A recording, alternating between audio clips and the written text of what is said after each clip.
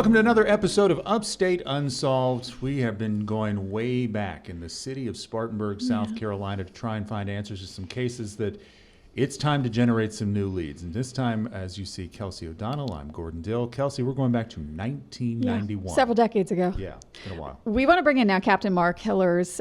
We really appreciate you joining us to talk about this case from 1991. December 28th was what we have. It's a homicide case of a man by the name of Tobe Wynn. We know at the time he was a taxi cab driver. And if you can just kind of talk about this case when you first learned about it. I know it's had several different investigators on it over the years. Oh, it has.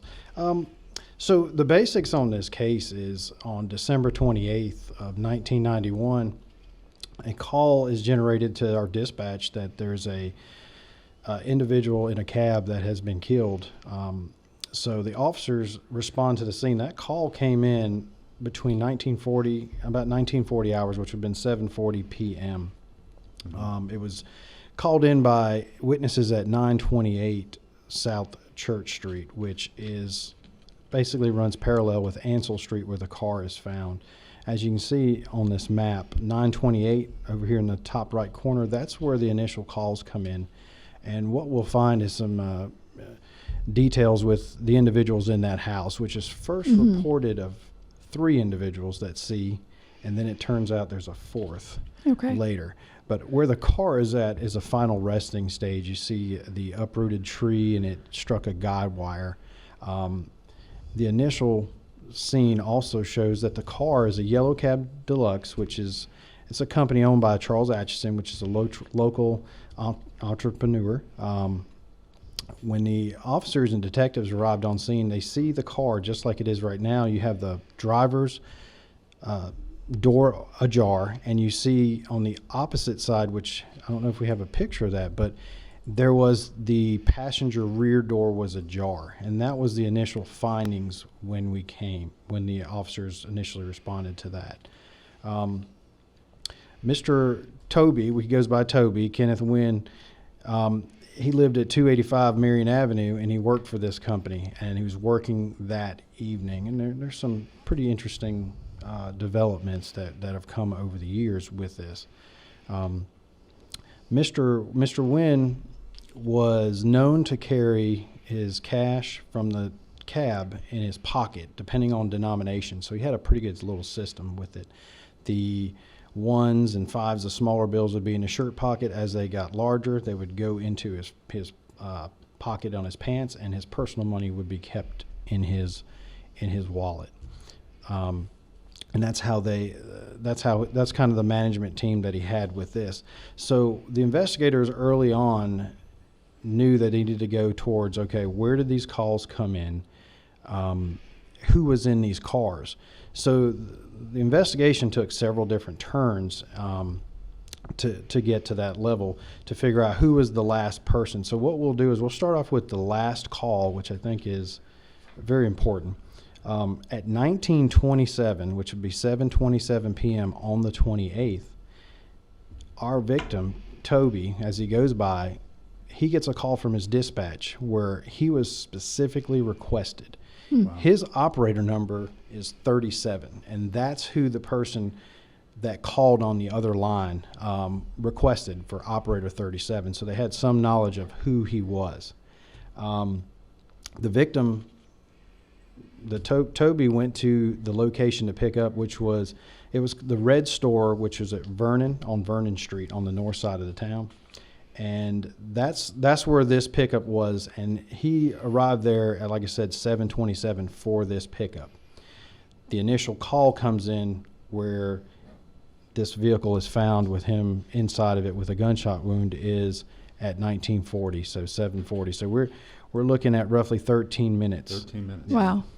So they did some pretty good investigative techniques on this, but one of the things they did do is they wanted to see, could there be a spot where he veered off and was off of his route. So they got another taxi cab from the same company with the meters, because everything rolled off of meters.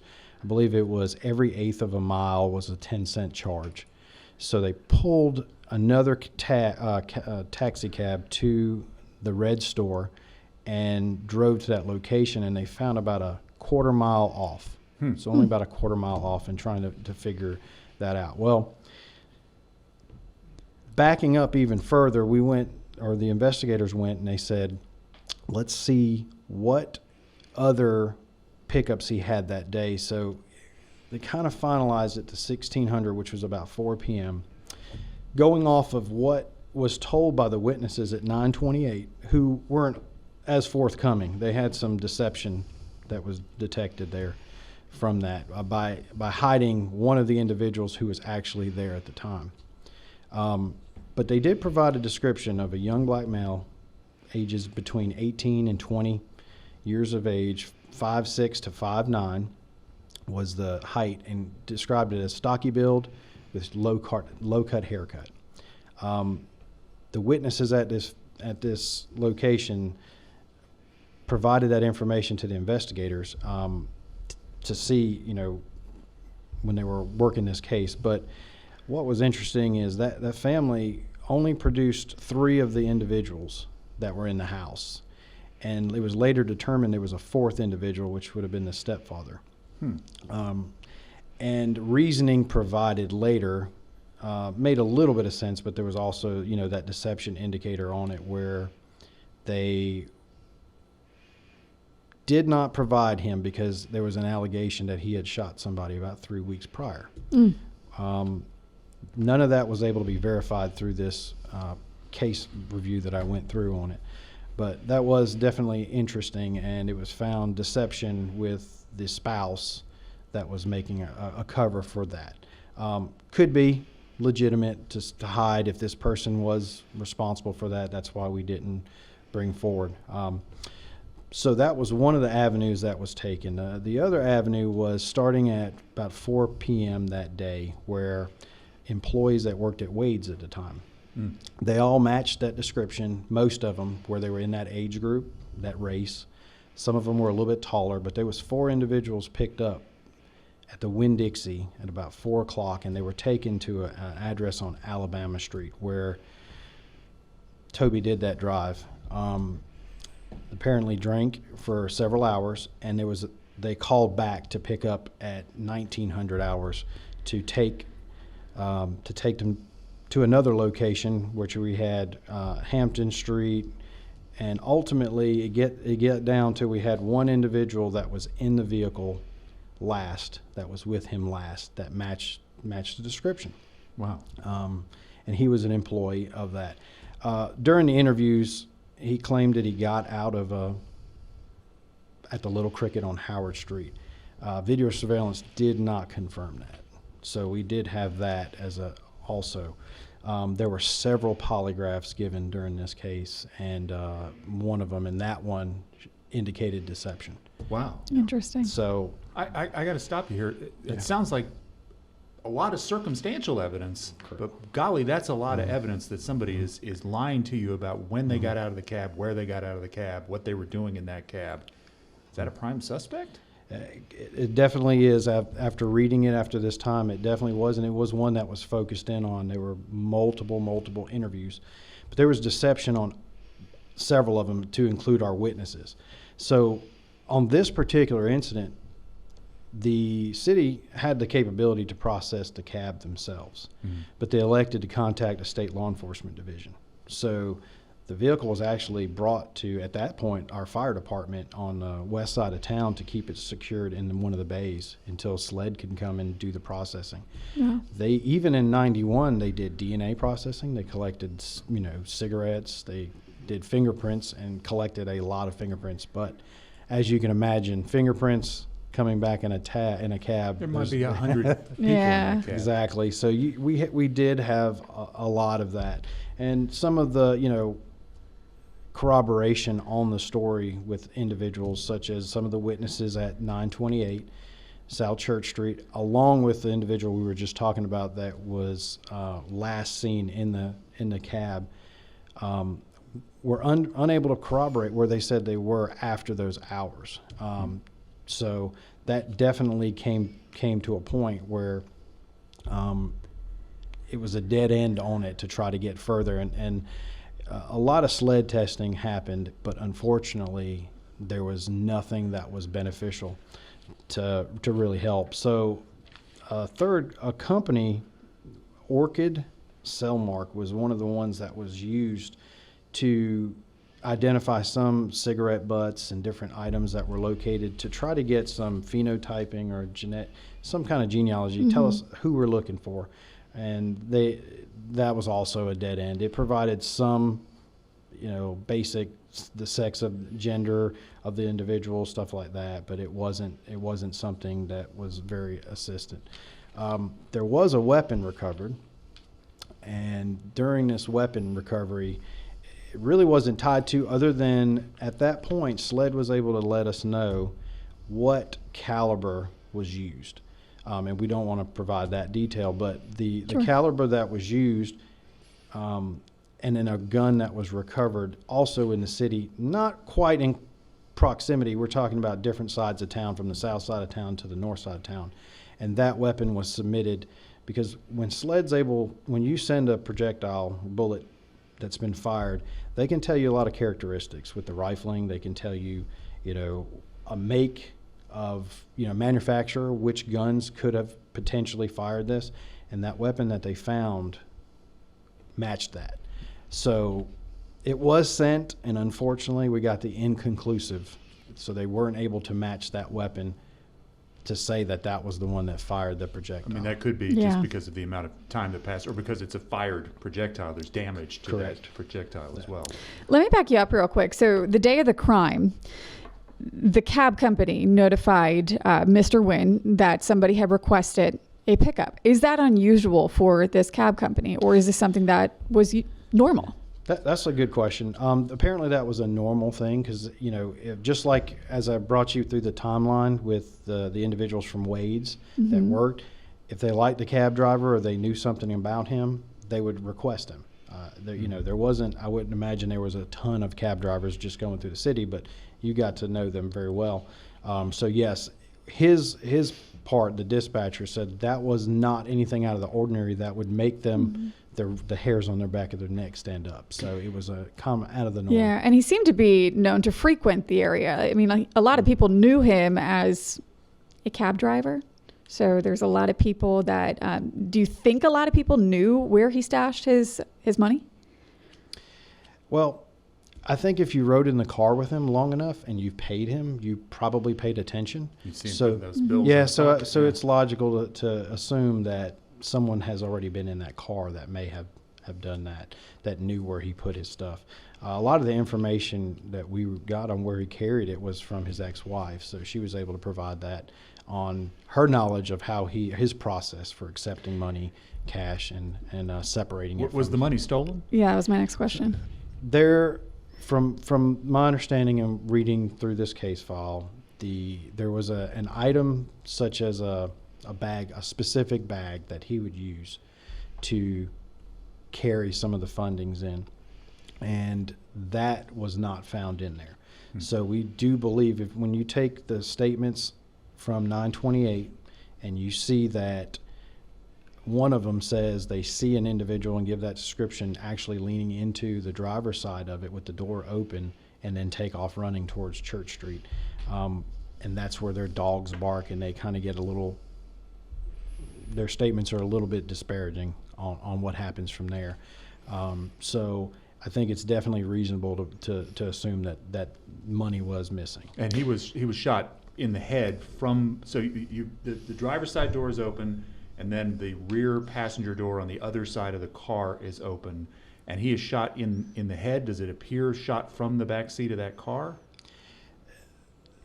We can say that he was shot in the head. That's about what I can release at that time. But one thing that did come up was the passenger door was open, but the witnesses from 928 through various additional interviews where another fourth person was brought up, which would have been the stepfather at that time, had come in, and there was information believed that he may have, when he went down there to see, may have closed the front passenger car door, which would indicate that we might have two additional people in there. So for people listening in right now, I want to back up to when the witness first reported, I know there were some reports that a neighbor said their dog was frantically barking outside, and that's when they kind of were drawn outside and saw that there was a taxi cab off in the distance. You can kind of see here where it was with the uprooted tree, some smoke coming from the vehicle possibly, and that's when they were drawn out, one or two people. I don't know if you can elaborate on that. And when they walked up is when they discovered someone unconscious.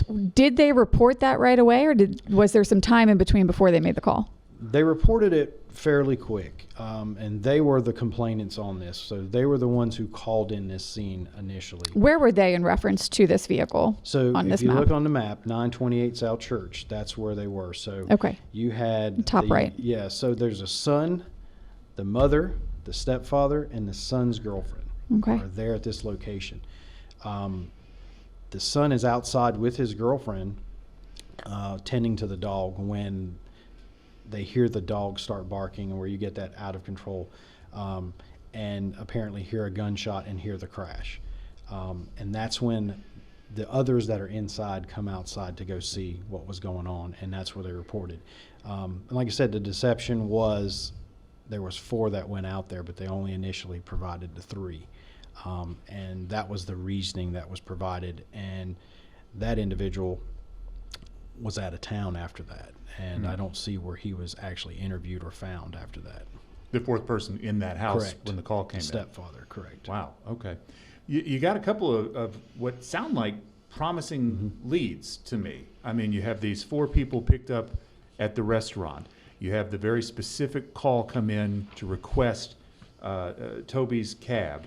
You have deception reported in multiple places by a passenger who lied apparently about where he was dropped off, or at least the evidence doesn't support his claim about where he was dropped off. You have deception in the people who reported this call 13 minutes after it came in. They discovered the body.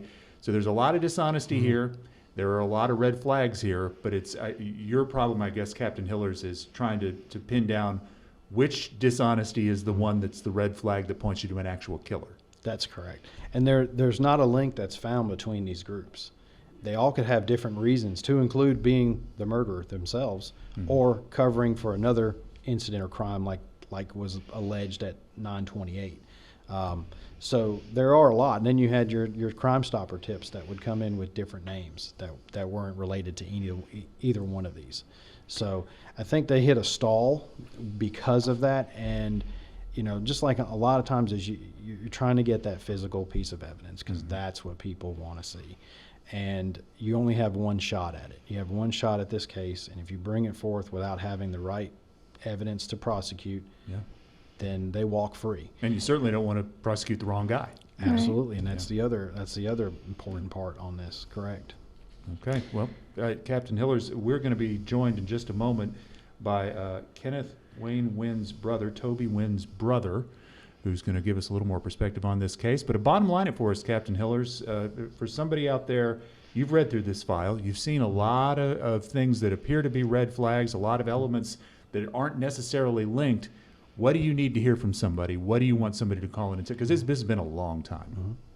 It's been a long time, and this family has had to every single year, every birth date, every day that they got that call on December 28th, 1991, they've had to deal with that. So let's give the family some relief. We can't bring Tobe back, but we can give this family justice. And I know there's people out there that know what happened and can help connect a little bit of dots that we have. Like I said, we've come a long way. We just need a little bit more so we can move this forward. All right, Captain Hillers, thank you for Appreciate your time. it. I will be right back with a little bit of a family perspective on this case. You're watching Upstate Unsolved. All right, welcome back. We are going to continue on this case of Kenneth Wayne Tobe Wynn, 43 years old. He died in 1991. And we are going to be joined, Kelci, by a special guest. Yeah, it's so important. I mean, decades. You talk about decades of questions that these families have had. And now we want to bring in Ernest Wynn, Tobe's brother, younger brother. Ernest, first of all, we appreciate you joining us. And you had talked to us a little bit about, people within the cab company knew him as Tobe, but you guys knew him as Tobe as well. How important was he to your family? Can you describe what he was like for you? He was a humble man. I mean, he he just humble. I mean, he worked, and he and I were real close. We was, because we were like, really people thought we were twins, but because we were that close. Well, you were only, what, a year apart? in He's age, older. right? He's older. He's a year older than I was. I Okay. was at the time. Do you remember how you found out about what happened that night? I found out the news report the next morning. Oh, gosh, you found out about your brother's murder on the news? I found out. It's kind of hard for me to remember how it all went down. But once the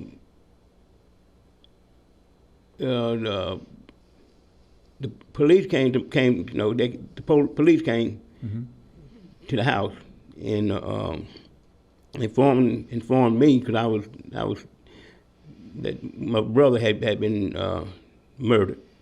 That's where it was put down. I didn't know anything about the case, but once that time went on, days went on, it all come out that when it happened, how it happened, where it happened, and that's all I can tell you about that part of it. Well, I mean, I have a brother. I can't imagine the grief you must have felt. To It find out hurt. about I mean, this. it hurt because we were that close. We were that close. We was. I got three brothers, and all I can say, that hurt. I mean, it hurt me now. It hurt me now. I can tell. When I think about it, Yeah. it's certain parts of Spartanburg I can go around and go to where he's lived or where he was at, or just that where he hung out at, and it pops in my head. That Tobe, Yeah. you know, that's what Tobe hung out at. I mean, we hung out together sometimes because I do a lot of art things in my house. You know, we work on cars. He loved to work on cars, and that's where we get at my house in the backyard working on a car or something, and we just mingle. I mean, it's been so long. It hurt me now to talk about it. I mean, that's what I'm saying. It's been almost 35 years that this happens, Yeah. and I can tell as we talk about it now, it still stirs up feelings for you. I can see him now. I could close my eyes. I can see Tobe. Was he a hard worker? He was. He worked and he took care of his family. But other than that, I mean, he just ordinary person. I mean, we didn't drink. He didn't. Well, I did, but he didn't. And he was just a good, happy-go-lucky. I mean, he was just out there. He loved people. I mean, he had a lot of friends. Cab driving's a dangerous job. I mean, it is a dangerous job. Did you know that? Did he know the risks of being a cab driver while he was doing it? I've talked to him about that. I said, you know, he always work at night. I said, you need somebody to ride with you or whatever. No, he good. I'm good. Did you ever ride with him? Beg pardon? Did you ever ride with him? Once or twice. That's about it. Cause you know, sometimes it was like we have conversations and he just liked to talk. Yeah. He liked to talk. Then we talk about it. We just talked. Very friendly guy, and he seemed like he was. He was a real friendly guy. He was well loved. Everybody loved him. Everybody loved Tobe. Yeah, and very well known in the community, from what I'm gathering too. I hate that when it happened. I had another interview. They come on my job. This guy worked for WSPA. He come on my job, and we did an interview out in the parking lot. Well, I can't think his name right now. He's no longer with WSPA now, but I couldn't finish that interview because I couldn't talk about it. Yeah. You know.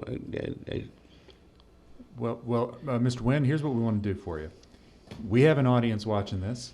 It's been a long time, but they need to hear from you as a little bit of inspiration as to why maybe somebody who knows anything could come forward. We've talked to the investigators. There's a lot of moving parts in this. A lot of people who could be suspects in this. A lot of people who didn't always tell the full truth to police while they were investigating this. So talk to those people right now. Tell them what you want them to do and why they should do it. Well,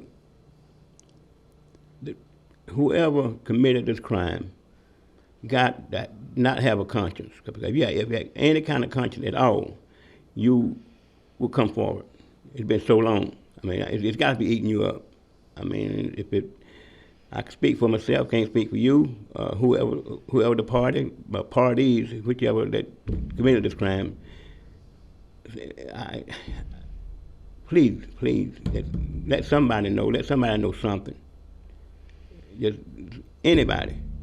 Just at least little something you know, because the family needs some closure on this. We do need it. Bad. How important would that be for you? Oh, it'll take a load off me. It'll take a load off. Yeah. It would take a load. I could rest. I can't rest. I know I could say I would rest. I rest a little knowing that whoever did it can come forward. Yeah, well, we're talking about the kind of person, you say, as to your point, they can go to bed every night and put themselves to sleep after killing a person in cold blood. So this is a person that needs to be caught. I just no answers for it. he I can't stress enough that I can't how close we was. Is there anything else you'd like to add about your brother? Well, it's been so long. We came so far. We were always together. We were always together. You know, we talked. He'll call me sometime. We'll call each other. And what are you doing? Well, I'm working on the car. I told working on the car. Where are you? I'm at the house. And he'll drive up. He'll come over and everything. He want to know what I was doing. I was more involved in working on cars than he was, but he was eager to learn, to see what I'm doing. We'll put our two heads together and figure it out. It was. And I'm telling you, I don't. I think we can all see what this has done to the Wynn family, and it's time to get some answers. It's been too long, and now is the time, folks. If you know anything, you can call Crime Stoppers. You can call the Spartanburg Police Department. You can call your local police department and say, I've got a tip to solve this case from 1991, the murder of Kenneth Wayne Wynn. Let's get some answers for Ernest Wynn and that entire family out there. You're watching Upstate Unsolved. This is another case where we do need your help. We appreciate you joining us.